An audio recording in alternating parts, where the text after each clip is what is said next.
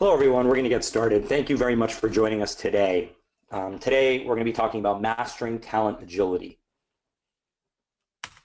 My name is Nick Kidwani. I'm the Chief Revenue Officer at PathGather.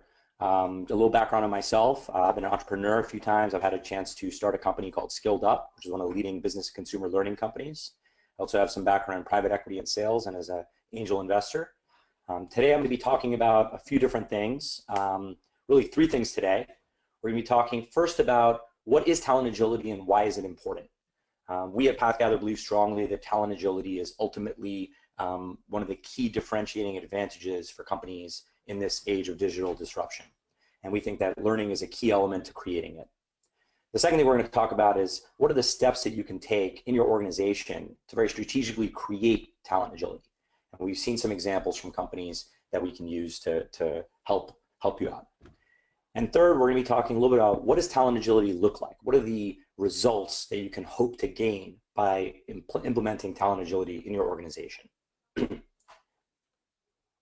So first, I'm going to start with why talent agility. Why is it important? And I think it's important to set some context for where we're starting from in terms of everyone on the line and all of us in business today. Well, first, this is probably something you've heard before, but it's a reality that we're living with today, which is that disruption is here. The digital economy has taken over, and it's changed how we do business. It's changed how we distribute, how we sell, how we market, how we build, and it's changed the speed at which we react as well. What's interesting about disruption today is that most global executives, 90%, agree that their organizations will be disrupted, but less than half of them, 44%, actually agree that their organizations are preparing for that disruption. Second, we know that work and the way that people work today is changing, and it's probably going to change even more rapidly in the near future. For one, over 90% of CHROs and CEOs are changing the structure of their organizations. They're flattening hierarchies. They're making jobs more dynamic, and they're using more gig economy labor. And secondarily, companies are more and more using automation, robotics, and artificial intelligence, a trend that we expect to continue over time. All this just compounds the effects and the importance of making sure your workforce can understand the types of digital skills that are necessary to succeed. Third, it's clear companies have a problem with talent specific to this digital disruption era. First, 92% of senior executives acknowledge a serious gap in workforce skills, and that's been growing consistently over the last decade. Meanwhile, only 11% of CEOs believe that the current talent pool that they have in place has the right set of skills.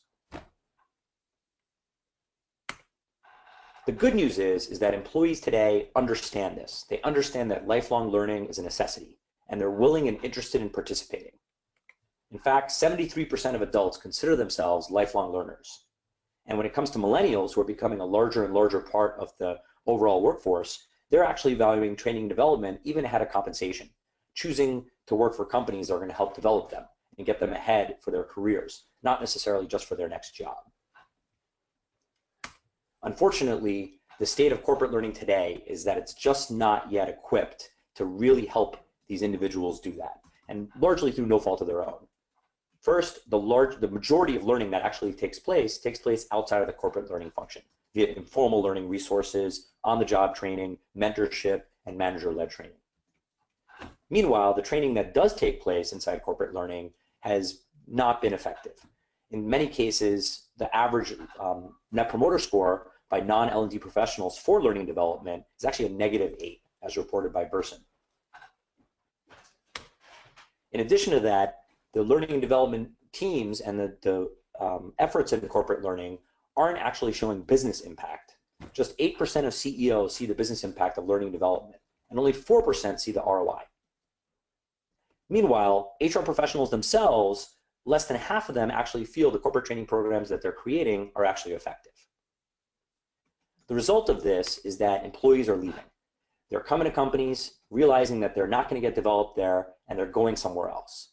Almost 2/3 of millennials expect to leave their organization in the next 3 to 4 years, and that's twice the rate of older workers. We expect this trend to continue more and more over time. And it's not just about entry-level workers and people at the earlier stages of their career. Directors and vice presidents, people in senior positions, are saying that they're going to leave within a year if they don't have the opportunities to develop in a digital environment.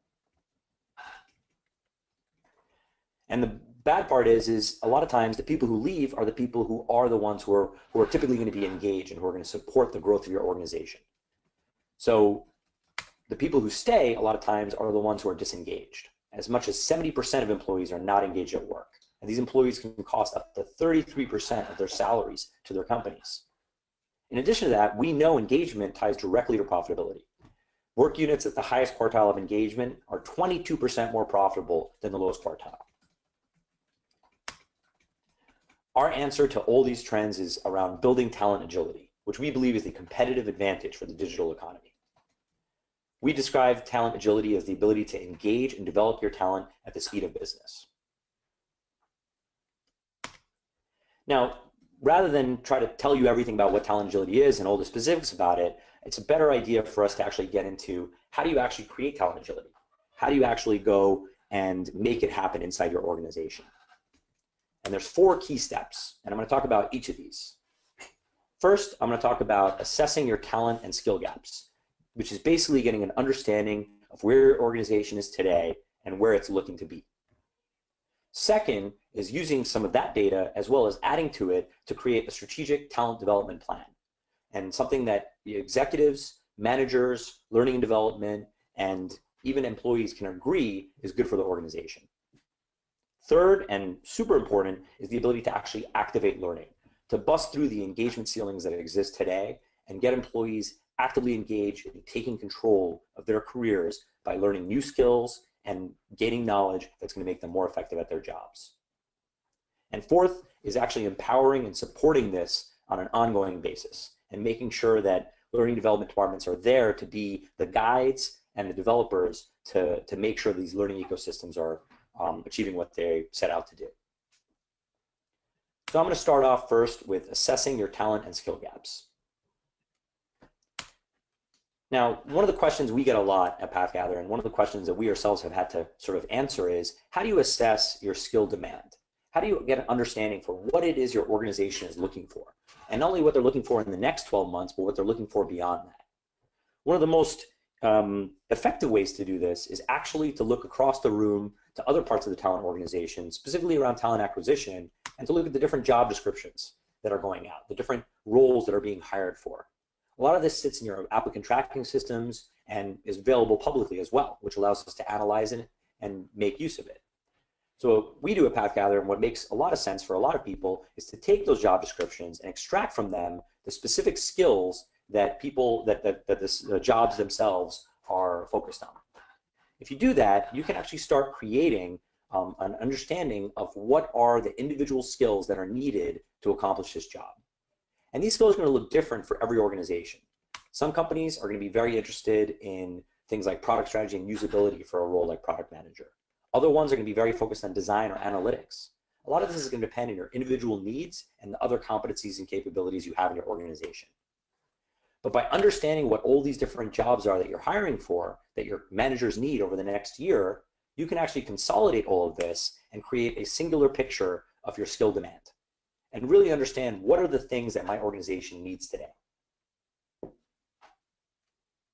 Once you have your skill demand, the second step is to understand your skill supply. And this is another way to describe this is, how do you assess what your people know? Now, there's many ways to assess this. On the left side is easier, maybe less reliable ways, to very difficult ways, but they're very reliable on the right side.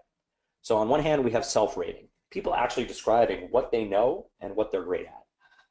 Then we have digital and scalable assessments, which are more prevalent and allow us to very quickly assess talent in a way that can be benchmarked across multiple organizations and against your talent acquisition process.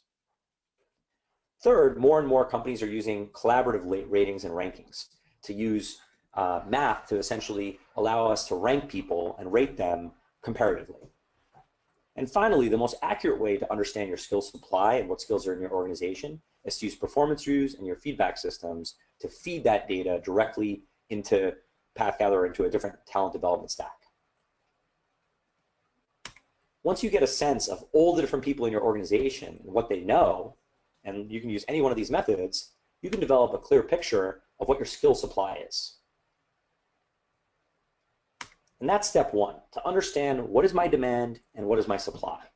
And what's surprising is a lot of this can be done in a highly automated fashion, using things that you already exist today, technology and software, but also data that exists inside your organization or publicly even. Once you have that data, then you can move on to the second step, which is all about creating a strategic talent development plan. And this talent development plan is going to be updated regularly and iterated on over time. So the first step in understanding your talent development plan is simply to overlay the demand with the supply and to understand what are your greatest gaps. What are the areas your organization needs to develop now in the near term? The second thing that you can do in order to come up with a strategic talent development plan is to utilize some big data to inform your priorities. We've brought some examples of how you can do that. Here's 5 specific examples of how you can use big data to inform priorities. First, you can actually look closely, and this is an example of a real company right here that had an evolution in how they describe a given job to the broader job market. You'll see on the left side that this particular job has several new skills, in particular the Microsoft Office suite. In addition to that, in the last 2 years, this job has actually added new skills like cryptography and Oracle and scheduling that have become more prevalent in these job posts. This can help you actually target specific learning to those people that were hired 2 years ago in that role, given that the role has evolved over time. The second thing we can look at is what we call geo-differentiation. A lot of times you're competing against companies, but those companies may or may not be in your local area. So it's important to understand in the geography that you're competing against, or you're competing with talent, what are the skills that are prevalent and what are the skills that are not as prevalent. In this case, we looked at a specific company and looked at how they compare against their location, which is San Mateo County in the San Francisco area. And on the left side, you see geo-differentiated skills. These are skills that the company finds to be extremely important to their needs, things like Apache Hive and product development and Oracle. On the right side, you can see undifferentiated skills. Those are skills that San Mateo has an excess supply of, but the company itself doesn't find that important. Getting an understanding of your geographic differentiation allows you to understand where should I deploy my effort. In this particular case, we would make the recommendation to this company that they don't invest in Java or JavaScript or SQL training because the market has that in more supply than they need it. Whereas it may make a lot of sense to develop training or to curate content around the topics on the left, because those are areas where their company is highly differentiated. A third way is around competitive benchmarking.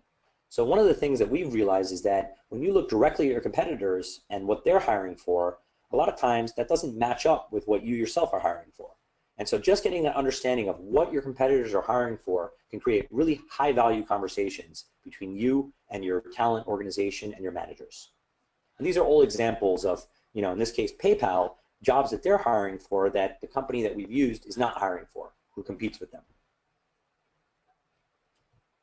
You can actually take this and take it to an extreme by actually doing what we call an organizational level benchmarking and actually map all the skills that your organization has versus other organizations you compete with. And finally, there's a very effective way to actually look at the disruptors in your industry, the unicorn organizations that are startups or fast-growing companies that are looking to attack on your space, and trying to understand what are the skills that they're looking for. Because all of those skills will help identify where should you be investing in to make sure you're competitive 1 year, 2 years, and 5 years from now. The other thing that this allows us to do is by understanding what the roles are that are in demand and understanding where you should be investing your time and energy, we can actually start to match employees directly to jobs. We can say in this case, on the left side, that's a product manager job that we looked at earlier. By looking at all the different candidates internally, we can actually understand what their skills are and actually map them and figure out where is the differential, what do they need more of, and actually apply content to them. This personalized way of development allows employees to be in direct control of their careers, but also to do it in a way that's very focused on what the needs of the company are. And this is all being done in an automated fashion in most systems today.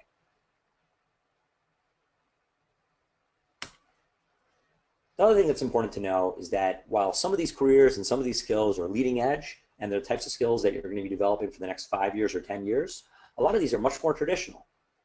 In this case, this is what we look at as a traditional career pathway for a network administrator.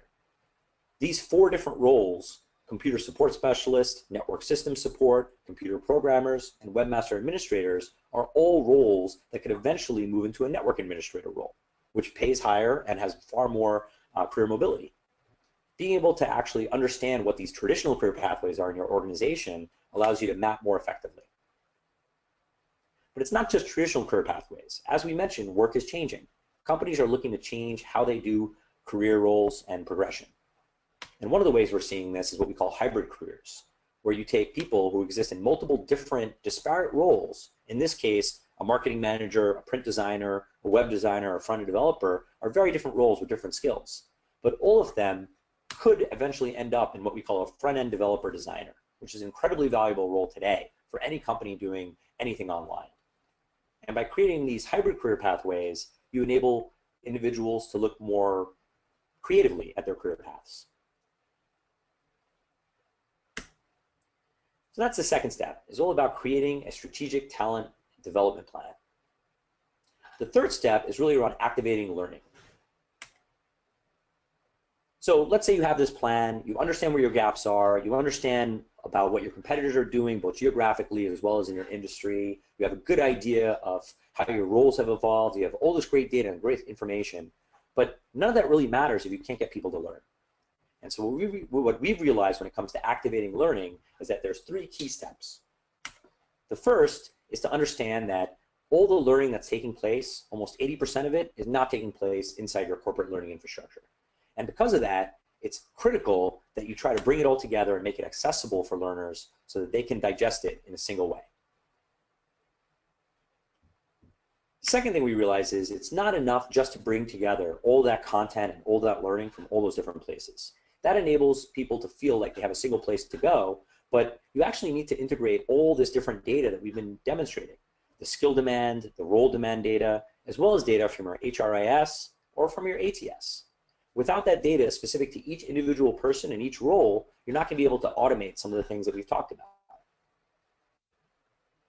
Now, if you put those things together, we end up in a really good position. On one hand, we have individuals on the left, and we have jobs and roles that the company is looking for to hire for on the right. But rather than connect them directly, we're able to put skills in the middle, and skills that are very specific to many different roles inside the organization. And this enables individuals to really choose an individual path that they want to take. And once they choose that path, then you can actually deliver learning that's personalized for that specific goal and that career path.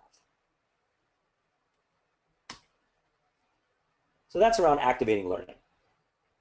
And the fourth and final thing that's important to create talent agility is to continue to empower and support this on an ongoing basis. What we've seen is very effective is a few different things. First, you want to make sure that you can encourage and nudge your learners on a regular basis, whether it's a learning plan or if it's regular check-ins or if it's enabling a manager conversation. It's important to constantly nudge them towards the direction of career mobility and getting these skills that your organization needs. Secondly, it's very important to make sure learning is captured everywhere. That includes in the mobile environment, that includes in instructor-led training and off-site training, that includes on the job. The more you can integrate all the different things that people are doing from a learning and knowledge sharing standpoint into a single place, the more engaged your individual learners will be, and the more they're going to stick with it. Third, content strategy is a critical element.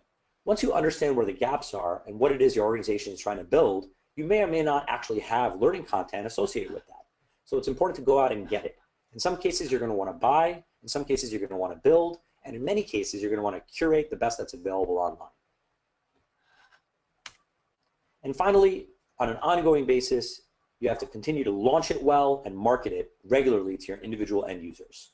That includes doing things like branding, holding events, sending out regular emails, and encouraging people on an individual and group basis.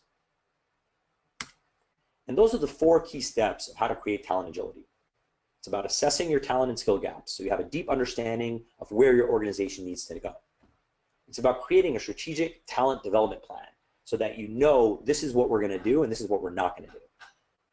It's about taking that plan and applying it via learning, by making learning happen and busting through the engagement ceiling, by bringing it all together, unifying it, empowering learners to move forward in their learning, and aligning them to the jobs and roles and skills your organization needs. And finally, it's about supporting them on an ongoing basis, whether it's marketing to them or making sure all learning is integrated or making sure you have the right content. If you do this right, you're going to be able to look at your entire organization in a much more strategic fashion, understanding specific skills, what the supply and demand are of those skills, what your average rating is and your expertise, and understanding if you have enough content and enough learning paths and resources to help people get to where they need to go. Now, we've talked a lot about talent agility. We talked about why it's important, but the biggest question is what does it look like? So we have 3 examples for you today of companies that we work with closely and how they've been able to unlock talent agility in their organizations. In each of these cases, the company had to set a strategy, just like you would have to actually execute that strategy with leadership, and has now generated some results from that. So let's start off with HP. HP is in a unique situation. As a company that's been around for a long time as a leader in 2D printing and devices, they are now actively looking to make the push towards 3D printing. This is best said by their CEO, Dion Weisler, who talks about it as, we didn't get into the 3D printing business to be part of a $5 billion industry, we got into it to disrupt a $12 trillion manufacturing industry. This strategy could not be more clear. They know exactly where their goal is to be in 3D printing, to be a major part of it. And they have a lot of the basic expertise around 2D printing that would enable them to transform their company. But this would not go anywhere without leadership.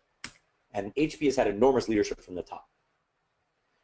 Mike Jordan, who's their head of talent and learning, has been consistent about thinking differently about learning and making sure that they think through a great employee experience. Over a year ago, they launched what they call Brain Candy, which is a centralized portal for all their learning. They're bringing it all together, aligning people, and empowering them. It took 14 weeks to launch for over 25,000 users. What's interesting is HP made the strategic decision not to include any compliance training on the platform. Everything is fully optional and voluntary. In addition to that, they made sure that every piece of content and every goal in there is very closely aligned to business units. In over a year, we've been able to see some amazing results. Today, we see over 6,000 employees spending 3 to 4 hours each week learning and Brain Candy. What's interesting is this shift towards 3D printing has resulted in enormous engagement. Just 2% of the content that's shared on the platform is related to 3D printing, but it generates over 12% of total consumption. That demonstrates that employees are seeking this information out. They understand where the company is going, and they want to access content that helps them move towards the future and be a part of this. And perhaps most impressively, we now have some data directly from employee engagement surveys themselves, and we're able to show a 7-point increase in employee engagement from before and after launch. Now, of course, HP has done many different things to increase employee engagement, but this is one of the largest and the one that had the largest effect individually. Second, let's talk about another area, which is T-Mobile. T-Mobile's story is a little bit different. T-Mobile is a wireless carrier. We all know who they are. But what's really interesting about them is they're trying very hard to be really different from the rest of their competitors. In fact, their CEO, Jean Leger, is very vocal about this. He even says consumers don't need another AT&T. What consumers need is a company to stop acting like AT&T. They don't need another wireless carrier that's modeled itself after a utility company. If you see anything about Jean Leger online or anytime when he talks, he's extremely vocal that T-Mobile is trying to do things very differently, with a very high attention towards the customer experience and how they care for customers. In order to support this strategy, learning and development came into play. And this is Tim Collins, who we deal with in learning and development, who's been an enormous leader in driving this. He's a big believer in what we call agile learning. And the way he talks about it is that when you're evolving a uniquely customer-centric service model for over 72 million customers, agile learning at scale is vital. So what did they do? They implemented something they call the Hub. The Hub is where all learning is centralized around the customer care organization. And the customer care organization is one of the most vital to T-Mobile being the Un-carrier and being different to their competitors. They have an enormous need for new managers and new leaders. And they've even integrated this entire hub and platform with coaching, so that coaching can happen on a regular basis. We'll see some amazing results. First, T-Mobile themselves reported a 72 Net Promoter Score, Secondly, we see over 40% logging in monthly of their entire customer care organization. Most dramatically, we hear from them the direct impact it's having on their business. As they've said themselves, the hub has allowed us to respond to a need for new leaders like never before and is now central to our learning ecosystem. Teams use it and people love contributing to it regularly. Coaches and leaders complete paths and share knowledge between departments, all of which helps customers while taking new steps in their career at the same time. This is talent agility. And finally, let's talk about Visa. Visa is something we're all familiar with. They've been largely, for most of their history, they've been a payments company. But now things are changing. There's new competitors that are looking to disrupt them with new digital payment methods, and they need to get with that. Their CEO knows it, and he's a big proponent of it. He said very clearly that the right strategy is all about talent, that having the right team on the field is critical to winning in the market. But it wouldn't be enough without that. You need to have leadership. And we've had enormous leadership from the team at Visa, right up and down from the head of HR down to the head of learning development. And their goal, as they've said it themselves, is to foster a perpetual state of learning at Visa, where ideas, new and old, are welcomed and tested, and the culture and environment is both inclusive and open. We've seen a lot of extraordinary results from Visa, including individual business goals being met, areas like cryptography and payments, seeing increased consumption of content and improved talent outcomes. But most impressively is that we've seen a holistic place for all learning to take place, and they call it Visa University. It's both a digital and physical campus. It's highly aligned to business units with a payments college, a leadership college, compliance college, and tech college, as well as things like marketing communications and skills and HR. And although they've added compliance content to it, what's really impressive is 95% of users have completed non-compliance content, fully voluntarily. When Visa talks about it internally, this is how they talk about it. They bring together all the learning content. They point individual end users and employees in the right direction with functional specific colleges, expert design paths, and personalized recommendations. And the goal of this is to help their employees grow and grow in the direction of making Visa more competitive in the market. They also have a fantastic campus and on-presence that has really added a lot to their overall learning ecosystem. We've seen some extraordinary results, the best of which is that we see major engagement on a voluntary basis. Over 20% of users are logging in on a weekly basis. More than that, we're hearing it from the team.